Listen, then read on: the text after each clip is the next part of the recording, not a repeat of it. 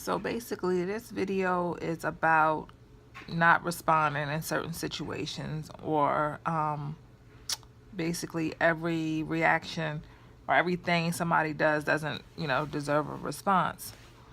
So let me just give you a little synopsis.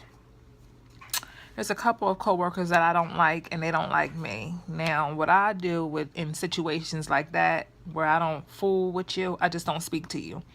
You just become non-existent to me. You don't exist. So to make a long story short, there's another coworker of mine. I felt as though she was being very fake, so I stopped speaking to her. This was like 2 months ago. And we're just going to keep it like that until either I stop working there or she stops working there. And I know it's probably petty to a lot of y'all, but it's not petty to me. Make a long story short, today she was in front of the door talking to another employee, and I walked past and I tapped the other employee and said, "Excuse me," or whatever. Comes back out the break room. She's still standing there. And when I'm walking, she goes, "Excuse you." So I didn't say anything. But I noticed that I was kind of shaking because, like I told y'all in a couple of my last videos, any little thing will set me off. And I'm just thinking, like, I'm getting ready to get another job. I already had the interview, and it's making way more money than I make now. I just got to be there for like 2 more weeks. Now to just calm down. It's 2 weeks before Christmas.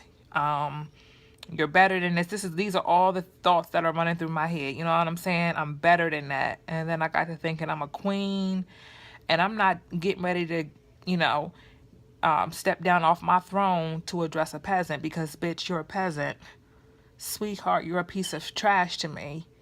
And I'm not getting ready to throw a tomato at you. You're just trash. So I had to just keep these thoughts in my head, like, don't even respond. She's looking for a response because, number one, she's already mad that you're not fucking with her.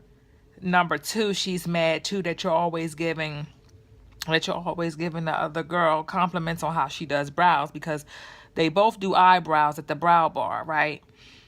But from the moment I started working there, I already knew that she would never touch my brows, because I just didn't like the way that she did brows. I like the way that the other girl does brows.